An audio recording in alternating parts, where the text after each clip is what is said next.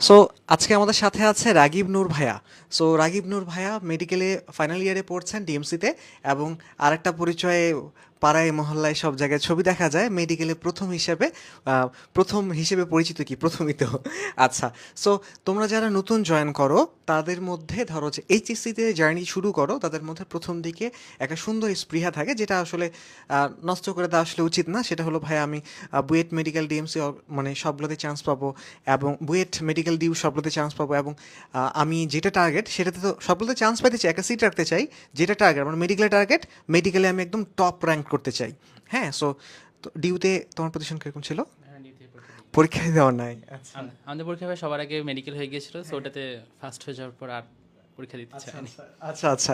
অনেকজন কিন্তু গালি খায় পরীক্ষা দেওয়ার জন্য। হ্যাঁ। আচ্ছা। ওকে, গ্রেট। তাহলে ভাইয়ার সাথে তোমার এইচএসসি যে জার্নিটা আছে বায়োলজি, কিন্তু তুমি সরাসরি ভাইয়ার কাছে পড়তে পারতেছো। সো এটা অনেক বড় একটা ব্লেসিংসের ব্যাপার। সো এইচএসসি টু ডিএমসি কোর্সের মধ্যে এইচএসসির জন্য বায়োলজি তো খুব সুন্দর মতো গুছায় পড়ানো হচ্ছে, পাশাপাশি ডিএমসিতে টপ করার জন্য তোমার কোন কোন জায়গাগুলোতে গুরুত্ব দিতে হবে, কীভাবে করে পড়া লাগবে, সেই ব্যাপার স্যাপারগুলো কিন্তু কাভার্ড হয়ে যাবে। সো তাহলে ভাইয়া শুরু করুক, আমি হচ্ছে যে তাহলে ব্যাক স্টেজে যাই। সো ঠিক আছে, ভাইয়া শুরু করেন।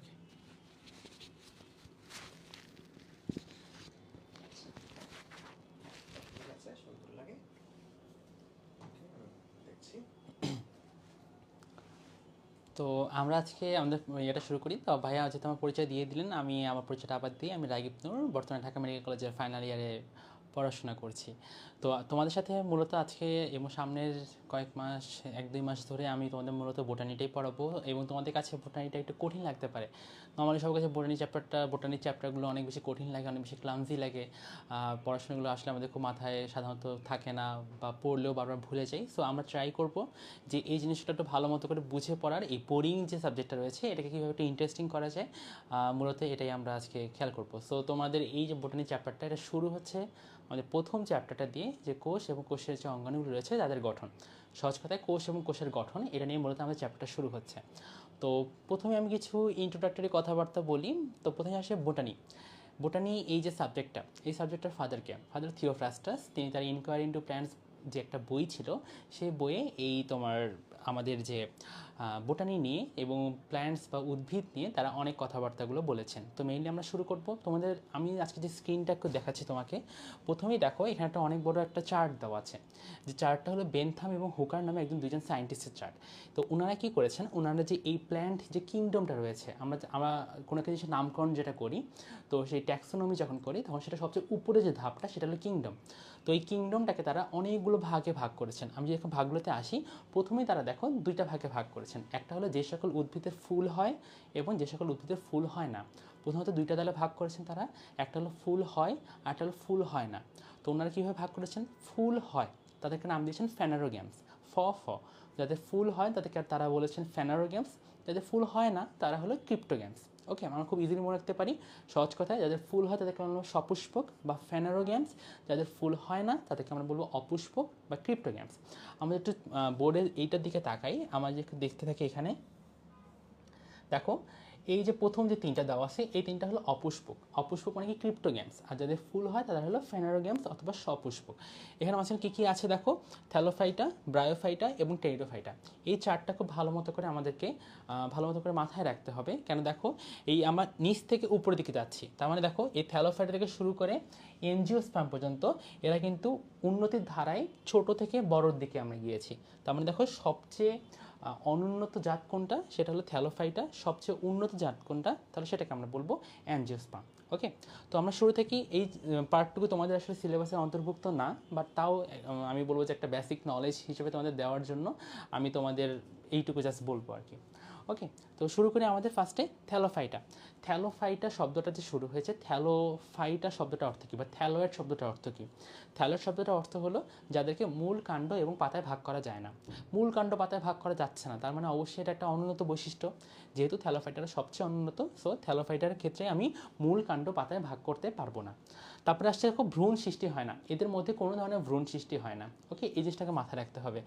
এদের এদের কোনো কিছু সব কিছু না না না। ওকে, মূল কাণ্ড পাতায় ভাগ করা যায় না, এই জন্য এরা থ্যালোফাইটা। ভ্রূণ সৃষ্টি হয় না, এই জন্য না আবারটা পাচ্ছ। ভাস্কুলার টিস্যু নেই, এখানে একটা না পাচ্ছ। যৌনাঙ্গ সাধারণত এককোষী। এককোষী হওয়াটা কিন্তু একটা অনুন্নত বৈশিষ্ট্য, বহুকোষী হওয়াটা এটা কি উন্নত বৈশিষ্ট্য। তখন থ্যালোফাইটা থেকে আমি একটু ব্রায়োফাইটার দিকে আসলাম। থ্যালোফাইটা থেকে একটু উপরের দিকে গিয়েছি না, আমি বলেছিলাম থ্যালোফাইটা সবচেয়ে উন্নত, আস্তে আস্তে আস্তে উন্নত হয়ে হয়ে তারা এনজিওস্পার্ম হবে। তো দেখো ব্রায়োফাইটা রয়েছে, তাদের কিন্তু এরাও কিন্তু থ্যালয়েড, মানে এদেরকেও মূল কাণ্ড পাতায় বিভক্ত করা যাবে না। কিন্তু দেখো এরা থ্যালোফাইটার চেয়ে একটু বেশি উন্নত, তার মানে কিছু কিছু জিনিস এদের ক্ষেত্রে হ্যাঁ হবে। যেমন আমি বলি ভ্রূণ সৃষ্টি হয়, দেখো থ্যালোফাইটা কিন্তু ছিল ভ্রূণ সৃষ্টি হয় না।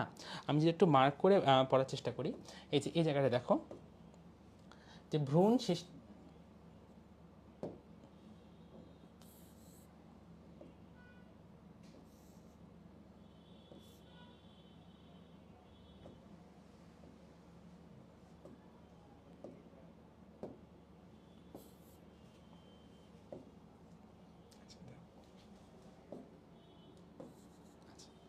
বেশি বড় বেশি ইয়ে হয়ে গেছে, ওকে ঠিক আছে। তাহলে দেখো যেটা আমি বলতে চাচ্ছিলাম, থ্যালোফাইটা সবচেয়ে উন্নত, এদের ক্ষেত্রে ভ্রূণ সৃষ্টি হয় না। বাট ব্রায়োফাইটা থ্যালোফাইটার চেয়ে একটু বেশি উন্নত হয়ে গেল, সো এদের ক্ষেত্রে কিন্তু ভ্রূণ সৃষ্টি হবে। এখন দেখো ভ্রূণ সৃষ্টি যেহেতু এদের মধ্যে হচ্ছে, এদের আরেকটা নাম হয়েছে যেটাকে আমরা বলতে পারি হলো কি ইমব্রায়োফাইটা, ইমব্রায়োফাইটা, ঠিক আছে। এদেরকে আমরা বলতে পারি ইমব্রায়োফাইটা। তার মানে দেখো একটু জিনিস হ্যাঁ হয়েছে, থ্যালোফাইটার ক্ষেত্রে সব কিছু না বোধক ছিল, এই ব্রায়োফাইটার আসাতে এখানে কিছু কিছু জিনিস হ্যাঁতে কনভার্ট হয়েছে, যার মধ্যে একটা হলো এই যে ভ্রূণ সৃষ্টি হয়। ওকে, আবার দেখো সেম আগেরটাও হলো না, যে এতে ভাস্কুলার টিস্যু নেই। ওকে, আচ্ছা এর পরের পার্টটা চলে আসে আমার টেরিডোফাইটা। টেরিডোফাইটের ক্ষেত্রে দেখো এদের মধ্যে আরও কিছু কিছু জিনিস একটু অ্যাডভান্স হয়েছে, তার মানে আরও কিছু কিছু জিনিস না বোধক থেকে হ্যাঁ বোধকে রূপান্তরিত হয়েছে। শুরুতে চলে আসি দেখো দেহ মূল কাণ্ড পাতায় বিভক্ত বা পৃথকযোগ্য করা যায়, তার মানে এরা কিন্তু থ্যালোফাইটা থাকলো না, এতে কিন্তু মূল কাণ্ড পাতায় ভাগ করা যাচ্ছে। তারপরে যদি ভ্রূণ সৃষ্টি হয়, তার মানে এরাও কিসের মধ্যে পড়লো, এমব্রায়োফাইটার মধ্যে পড়লো। এই দেখো এদের জননাঙ্গগুলো কিন্তু বহুকোষী হয়ে গেছে। আমি আগেই বলেছিলাম থ্যালোফাইটা যেটা রয়েছে সেখানে কিন্তু জননাঙ্গগুলো এককোষী ছিল, এককোষী হওয়া একটা অনুন্নত বৈশিষ্ট্য। যেহেতু টেরিডোফাইটা থ্যালোফাইটার চেয়ে একটু বেশি উন্নত, তো সেই ক্ষেত্রে কিন্তু দেখো এতে জননাঙ্গ কিন্তু কি হয়ে গেছে, বহুকোষী বা মাল্টিসেলুলার হয়ে গিয়েছে এবং জটিল প্রকৃতির, এবং ভাস্কুলার টিস্যু এদের মাঝখানে আছে। ওকে, তার মানে দেখো আস্তে আস্তে একটু করে ওদের অ্যাডভান্সমেন্ট হচ্ছে। তাহলে আমরা জিনিসটা কিন্তু এইভাবে সিরিয়ালি মনে করারই চেষ্টা করব। ফার্স্টে থ্যালোফাইটা, তারপরে ব্রায়োফাইটা, তারপরে টেরিডোফাইটা, তারপরে জিমনোস্পার্ম, তারপরে এনজিওস্পার্ম। এই দেখো জিমনোস্পার্ম এবং এনজিওস্পার্ম এরা কিন্তু ভালোই উন্নত, তাই না? এই জিমনোস্পার্ম এনজিওস্পার্মের কিন্তু দুইটারই বীজ উৎপন্ন হয়, বাট এই আগে থ্যালোফাইটা, ব্রায়োফাইটা, টেরিডোফাইটা এতে কিন্তু কোনো ধরনের বীজ উৎপন্ন হচ্ছিল না। তাহলে দেখো বীজ যেহেতু উৎপন্ন হচ্ছে, এদেরকে আমরা বলতে পারি দুজনকে একটা সেম নাম দিতে পারি, সেটা হলো স্পারমাটোফাইটা, স্পারমাটোফাইটা, ঠিক আছে। যেহেতু বীজ উৎপন্ন হচ্ছে তার কারণে স্পারমাটোফাইটা। এই জিমনোস্পার্ম বা নগ্ন বীজের ক্ষেত্রে এদের বীজটা কি থাকতেছে, নগ্ন থাকতেছে বা অনাবৃত থাকতেছে, বাট এনজিওস্পার্মের ক্ষেত্রে বীজটা আবৃত থাকতেছে। তো মূলত হলে এটাই আমাদের মেনলি বেসিক্যালি পার্থক্য। পরে এনজিওস্পার্মকে আরও দুই ভাগে ভাগ করা হয়, একবীজপত্রী, দ্বিবীজপত্রী। এবং দেখো থ্যালোফাইটা যাদেরকে মূলকাণ্ড পাতা ভাগ করা হয় না, তাদেরকে আরও দুই ভাগে ভাগ করা হয়, শৈবাল এবং ছত্রাক। মূলত এগুলো আমাদের আজকে চ্যাপ্টারের মূল পড়া না, বাট আমরা চেষ্টা করব যে আবার সব কিছুকে মানে একটু জাস্ট রিক্যাপিচুলেট করা, বাট আমাদের মেইন চ্যাপ্টারের পার্টে আমরা চলে আসবো। আচ্ছা, তো চলে আসি পরের নিচের পার্টগুলোতে, আমাদের মূল চ্যাপ্টারের পার্টে চলে যাই। যে আজকে আমরা যে চ্যাপ্টারটা পড়বো সেটা হলো কোষ এবং কোষের গঠন, ঠিক আছে। তো কোষ এবং কোষের গঠন এই জিনিসটা থেকে আমরা পড়াটা মেনলি শুরু করব। তাহলে দেখো কোষ বা সেল এই জিনিসটা আসলে মেনলি কি, এই চ্যাপ্টারটা তোমার কাছে একটু বোরিং লাগতে পারে, কিন্তু এই চ্যাপ্টার থেকে আসলে পুরো বইয়ের প্রথম চ্যাপ্টার, সো দেখা যায় যে এই চ্যাপ্টার থেকে অনেক বেশি বেশি করে কোশ্চেন্স তোমাদের পরীক্ষায় সাধারণত চলে আসে। তো আমরা চেষ্টা করবো যে এই চ্যাপ্টারটা একটু ভালো মতো করে বুঝে শুনে পড়ার জন্য। ওকে, তো শুরু করি আমরা আজকে। প্রথমে দেখো এই চ্যাপ্টার থেকে কোন কোন জিনিসগুলো তোমাদেরকে পড়তে হবে এটা আমি একটা ওভারভিউ করে দিই, যে এই চ্যাপ্টার থেকে অনেকগুলো টপিক রয়েছে, কোন জিনিসগুলো ইম্পর্টেন্ট। সবার আগে বলে রাখি কোন বিজ্ঞানী কোন কোষের অঙ্গাণুটা আবিষ্কার করেছেন, এটা সবচেয়ে বেশি ইম্পর্টেন্ট। তারপরে আমি চলে আসি ওই অঙ্গাণুটার যে গঠন, এই গঠনটা অনেক বেশি ইম্পর্টেন্ট। 3 নম্বরে চলে আসি আমি যে ওই প্রত্যেকটা অঙ্গাণুর কাজগুলো অনেক বেশি ইম্পর্টেন্ট। 3টা বললাম, এবার 4 নম্বরটা বলবো প্রত্যেকটা কোষের অঙ্গাণুর একটা আলাদা আলাদা করে উপাধি কিংবা নাম রয়েছে, এই উপাধি কিংবা নামগুলো অনেক বেশি ইম্পর্টেন্ট। বুঝতে পেরেছি? প্রথমে এলো কোন বিজ্ঞানী কোন কোষের অঙ্গাণুটা আবিষ্কার করেছেন, এটা অনেক বেশি ইম্পর্টেন্ট। সেই অঙ্গাণুটা গঠনটা অনেক বেশি ইম্পর্টেন্ট। সেই অঙ্গাণুগুলো আলাদা যে নামগুলো রয়েছে বা উপাধি যেগুলো রয়েছে, যেমন আমি সহজ উদাহরণ দিই যে প্লাস্টিড কিন্তু কোষের রান্নাঘর বলা হয়। সো এই যে জিনিসপত্রগুলো, যে অন্যান্য নাম কিংবা উপাধি রয়েছে, এগুলো অনেক বেশি ইম্পর্টেন্ট। এবং লাস্টলি প্রত্যেকটা কোষের অঙ্গাণুর যে কাজগুলো রয়েছে, এই কাজগুলো অনেক অনেক অনেক বেশি ইম্পর্টেন্ট। সো আমরা মূলত এই জিনিসগুলোর উপরে ফোকাস করার চেষ্টা করব। প্রথমে চলে আসি যে এখান থেকে আমি সাধারণত সাল পড়তে খুব একটা বেশি বলি না, বাট কিছু কিছু সাল আসলে তোমাদেরকে পড়তে হবে, ঠিক আছে? তো দেখে নিই, প্রথমে দেখো রবার্ট হুক। রবার্ট হুক উনি কী করেছেন, উনি সর্বপ্রথম কোষটাকে খেয়াল করেছেন। কোষটাকে আসলে উনি আসলে কোষের ভিতরে সব কিছু দেখেননি, কোষের বাইরে অনেক কিছু দেখেছেন। তোমাকে একটা সহজভাবে উদাহরণ দিয়ে আমি দেখাতে চেষ্টা করি। দেখো,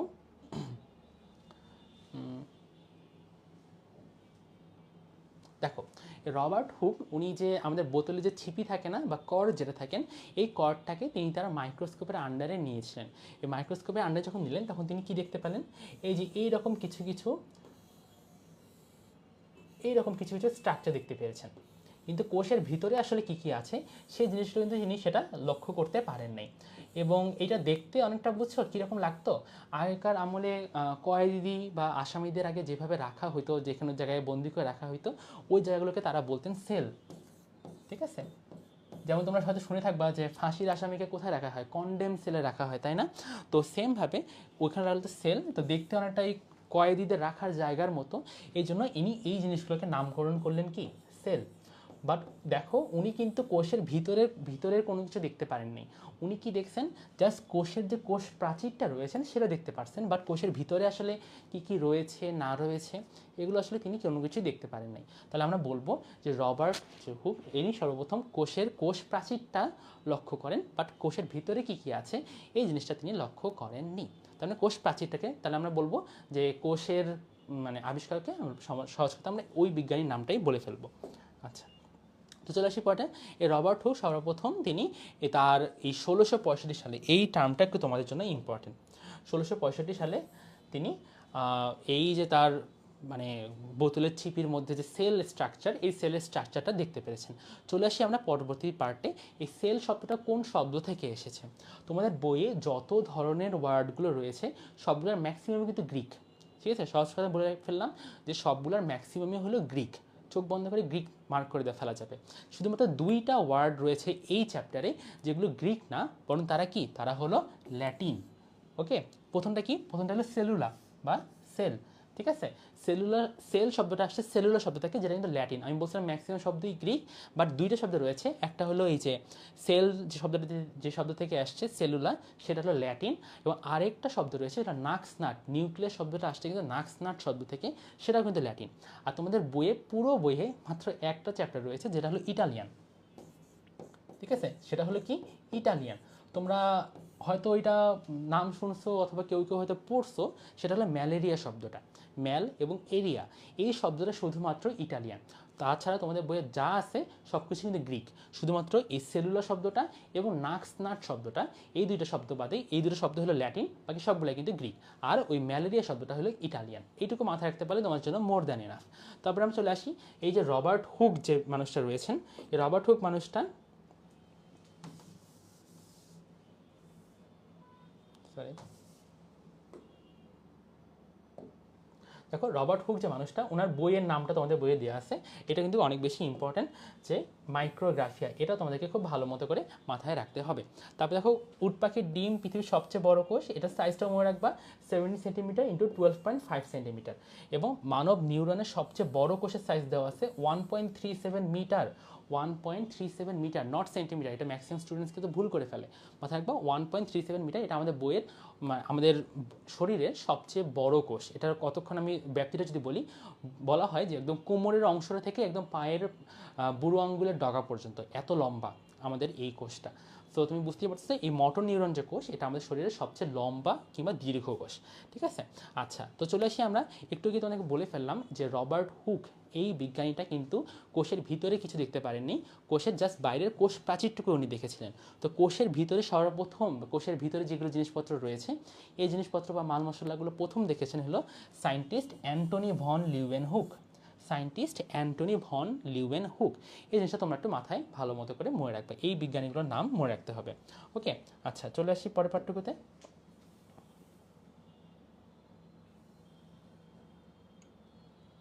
আচ্ছা, চলে আসি পরের পাঠটুকুতে।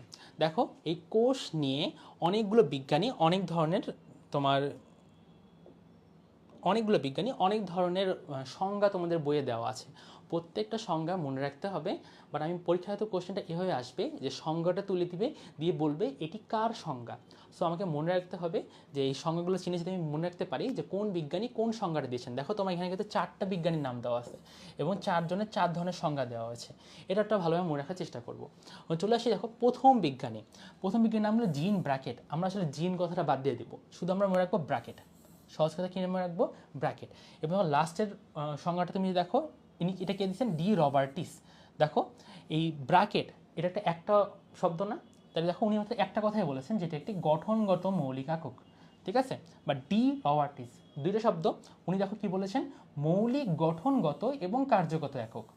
তাহলে এভাবে আমরা চাইলেই মনে রাখতে পারি যে ব্র্যাকেট যিনি বলছেন, ব্র্যাকেট আমরা জিন কথাটা একদম বাদ ভুলেই যাবো, জিন বলে কোনো শব্দ ছিল, ঠিক আছে। তো ব্র্যাকেট এটা একটা শব্দ, মনে রাখবো গঠনগত। ডি রবার্টিস দুটো শব্দ, মনে রাখবো গঠনগত এবং কার্যগত একক। আচ্ছা, তারপরে আমরা চলে আসি সিপি হিকম্যান। এনার যে ইয়াতে এখানে একটা কথা রয়েছে, দেখো ন্যূনতম শব্দটা রয়েছে। আমরা কি করি যে যারা একটু পশ মানুষজন তারা কি করি, কেএফসিতে গিয়ে চিকেন ফ্রাই খাওয়ার চেষ্টা করি, তাই না? অনেক বড় বড় জায়গায় গিয়ে চিকেন ফ্রাই খাওয়ার চেষ্টা করি। বাট কেউ মনে করো যে ন্যূনতম দামে খাইতে যাচ্ছেন, মানে খুব কম দামে চিকেন ফ্রাই খেতে যাচ্ছেন, তারা কই যায়? রাস্তার পাশে দেখো না সিপি থাকে অনেকগুলো, তোমরা দেখবা ঢাকায় স্পেশালি রাস্তার পাশে পাশে অনেকগুলো চিকেন ফ্রাইয়ের দোকান থাকে যেগুলোর নাম হলো সিপি। ওখানে কিন্তু আমরা অনেক কম দামে বা ন্যূনতম দামে এই চিকেন ফ্রাই খেতে পারি। সো এই ক্ষেত্রে দেখো সিপি হিকম্যান, দেখো ওনার নামের ক্ষেত্রে কিন্তু সিপি রয়েছে, ঠিক আছে। তো সিপি হিকম্যান এটা আমরা কীভাবে মনে রাখবো? এই ন্যূনতম শব্দটা দিয়ে এই জিনিসকে মনে রাখবো। ন্যূনতম দামে চিকেন ফ্রাই খেতে হলে আমরা সিপিতে যাই। সো ন্যূনতম শব্দটা যে সংজ্ঞায় থাকবে সেটা হলো সায়েন্টিস্ট সিপি হিকম্যান। ওকে, আচ্ছা, পরের পাঠ্যক্রমে চলে আসি আমরা। এই জিনিসগুলো তোমাদের জন্য খুব একটা বেশি ইম্পর্টেন্ট না, আমরা এগুলো চাইলে স্কিপ করে যেতে পারি।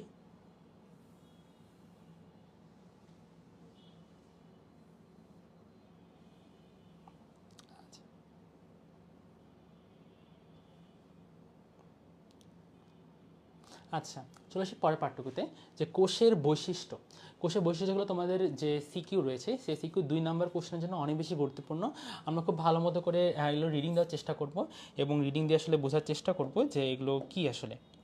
ওকে, তো এখানে সবচেয়ে ইম্পর্টেন্ট যে জায়গাটা সেটা হলো হোমিওস্ট্যাটিক অবস্থা। হোমিওস্ট্যাটিক, তোমরা এটা 6 নাম্বারটা যদি একটু খেয়াল করো তাহলে তোমরা বুঝতে পারো হোমিওস্ট্যাটিক শব্দটা পাবা। এই হোমিওস্টেসিস এই শব্দটা টিচারদের খুব পছন্দের এবং এই শব্দটা তারা খুব পছন্দ করেন এবং যদি এই লাইনটা তারা দেখেন তাদের খুব একটা টেন্ডেন্সি কাজ করবে যে এই লাইনটা থেকে কোশ্চেন করা। হোমিওস্ট্যাসিস শব্দটার অর্থ কী? হোমিওস্ট্যাসিস শব্দটার অর্থ হলো যে বাইরে যাই হয়ে যাক না কেন আমাদের শরীরের ভিতরে একটা সাম্যাবস্থা বজায় রাখা, এটাকে আমরা বলি হোমিওস্ট্যাসিস। তার মানে কি, একটা কোষের বৈশিষ্ট্যই হলো মানে বাইরে যতই ঠান্ডা হোক বা যতই গরম হোক আমাদের বডি কিন্তু চায় একটা নির্দিষ্ট তাপমাত্রা বজায় রাখতে। সেমভাবে এই কোষেরও একটা অবস্থা, একটা বৈশিষ্ট্য হলো যে বাইরে যাই হোক না কেন তাদের একটা টেন্ডেন্সি থাকবে আমাদের শরীরের ভিতর একটা সাম্যাবস্থা বজায় রাখা। ওকে, তো এই জিনিসটাই মূলত আমাদের এই হোমিওস্ট্যাসিস শব্দটা দিয়ে বোঝানো হয়েছে। ওকে, আচ্ছা, তো মোটামুটি এইটুকুই, আমরা পরের পাঠ্যক্রমে চলে আসি।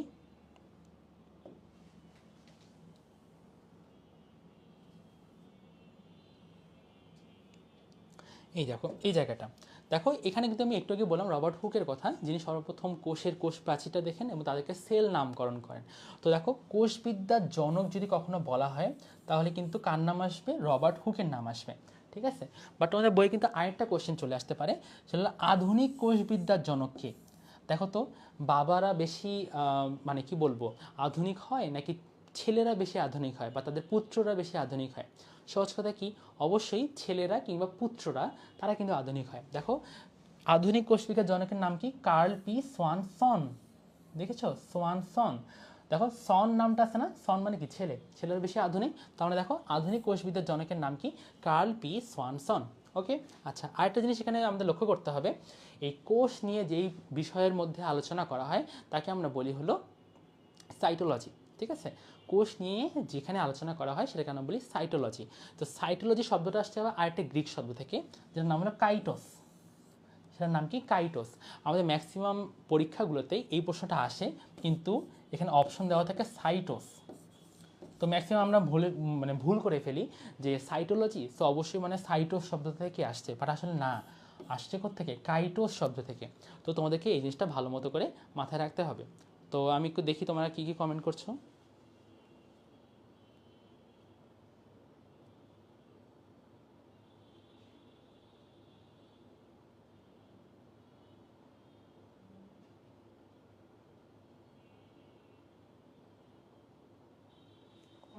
আচ্ছা, চলে আসি পরের পাঠটুকুতে। দেখো সেল থিওরি।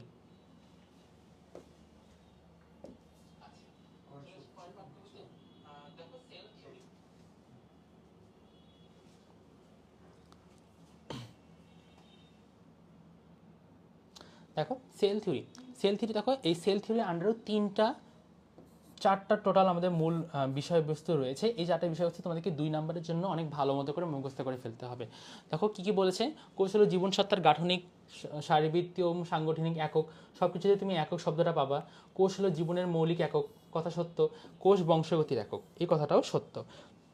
এই চারটা একক আমাদেরকে অবশ্যই ভালো মতো করে মনে রাখতে হবে। চলে আসি আগের প্রশ্নটাতে, যে কোষ তত্ত্ব। এখানে যে 3জন বিজ্ঞানীর নাম আমাদেরকে খুব ভালো মতো করে মনে রাখতে হবে, ঠিক আছে। আমি যখন ছোটোবেলায় মানে গেম খেলতাম, বুঝছো, ওখানে একটা বন্দুক ছিল, যে বন্দুকের নাম হলো ভিএসএস, ঠিক আছে, বন্ধুদের নাম ছিল ভিএসএস। তো দেখো এখানেও যে 3জন বিজ্ঞানী মিলে যারা কোষ তত্ত্বটা আলোচনা করছেন তাদের নাম কিন্তু ভিএসএস দিয়ে।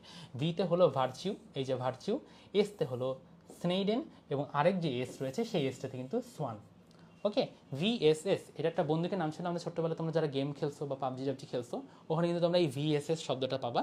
তো এই ভিএসএস যে বন্দুকটা, এই কোষ থিওরি যেটা বা সেল থিওরি, এটা কিন্তু ভিএসএস নামক আমরা 3জন বিজ্ঞানীর নাম দিয়ে মনে রাখতে পারি।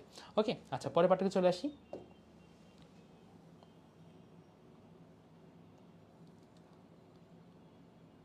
আচ্ছা, ইম্পর্টেন্ট একটা জায়গায় চলে আসি আমরা।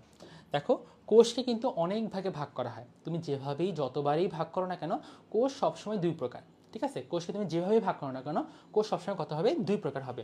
আমি যদি প্রথমে চলে আসি, এই দেখো শারীরবৃত্তীয় কাজের উপর দিয়ে ভাগ করো, এখানেও 2 প্রকার, একটা দেহকোষ আর একটা কি, জননকোষ, ঠিক আছে। দেহকোষ মানে কি, তাদেরকে মূল কাণ্ড পাতায় ভাগ করা যায়, স্নায়ুকোষ, রক্তকণিকা, মানে সরি, মূলকাণ্ড পাতার কোষ, স্নায়ুকোষ, রক্তকণিকা, মানে যেগুলো আমাদের দেহ গঠন করে, সেগুলো হলো কি আমরা বলি হলো দেহকোষ, ঠিক আছে। দেহকোষগুলো সাধারণত ডিপ্লয়েড ক্রোমোজোম থাকে, তার মানে তাদের ক্রোমোজোমের সংখ্যা কত হয়ে থাকে, টুয়াইস এন।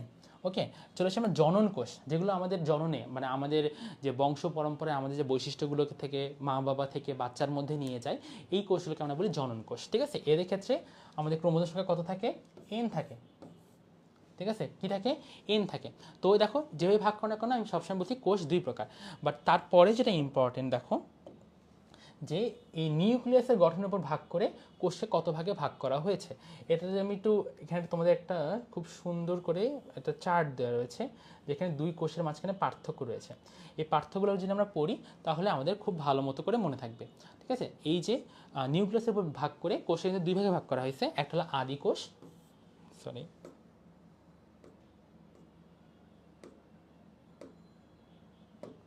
একটা হলো আদি কোষ এবং আরেকটা হলো কি, আরেকটা হলো প্রকৃত কোষ। আদি কোষ মানে কি, মনে একবার যাদের যে নিউক্লিয়াসটা খুব একটা বেশি সুগঠিত না, যারা একটু মানে কি বলবো, এটা আদি অনুন্নত অবস্থায় থাকে, তারা হলো আদি কোষ। যেগুলো তো উন্নত কোষ, যারা একটু ম্যাচিওর, যাদের নিউক্লিয়াসটা অনেক সুগঠিত, তাদেরকে আমরা বলবো হলো প্রকৃত কোষ।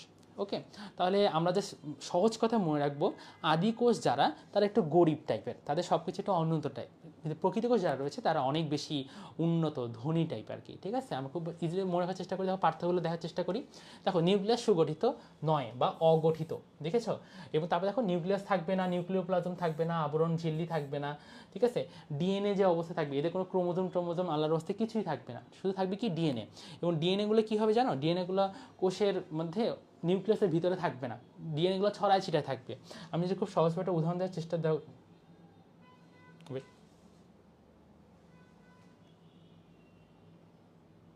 আমি যে খুব সহজভাবে একটা উদাহরণ দেওয়ার চেষ্টা করি, যে নিউক্লিয়েড জিনিসটা কি আসলে। মনে করো একটা আদি কোষ, এটা একটা মনে করো আদি কোষ, ঠিক আছে। এদের কোনো নিউক্লিয়াস নাই, এদের কোনো কোষ ঝিল্লি নাই, এদের কোনো কিচ্ছু নাই। ওকে, মানে জাস্ট নর্মাল একটা কোষ। এদের যে নিউক্লিয়াস যেহেতু নাই, এদের ক্রোমোজোমগুলো কই থাকবে, তাই না। এই ক্রোমোজোমগুলো কি থাকবে, এই ক্রোমোজোমগুলো কোষের এক প্রান্তে এরকম করে জাস্ট পেঁচায় পেঁচায় একপাশে হয়ে থেকে যাবে। কিন্তু ওদের কোনো ধরনের নিউক্লিয়াস বা এদের কোনো নির্দিষ্ট বাউন্ডারি কিচ্ছু নাই। জাস্ট ক্রোমোজোমগুলো সরি ওদের যে ডিএনএগুলো এক পাশে এভাবে ছড়ায় ছিটে থাকবে। যেই অঞ্চলটা জুড়ে এরা ছড়ায় ছিটে আসে ওই অঞ্চলটাকে আমরা বলি নিউক্লিয়য়েড।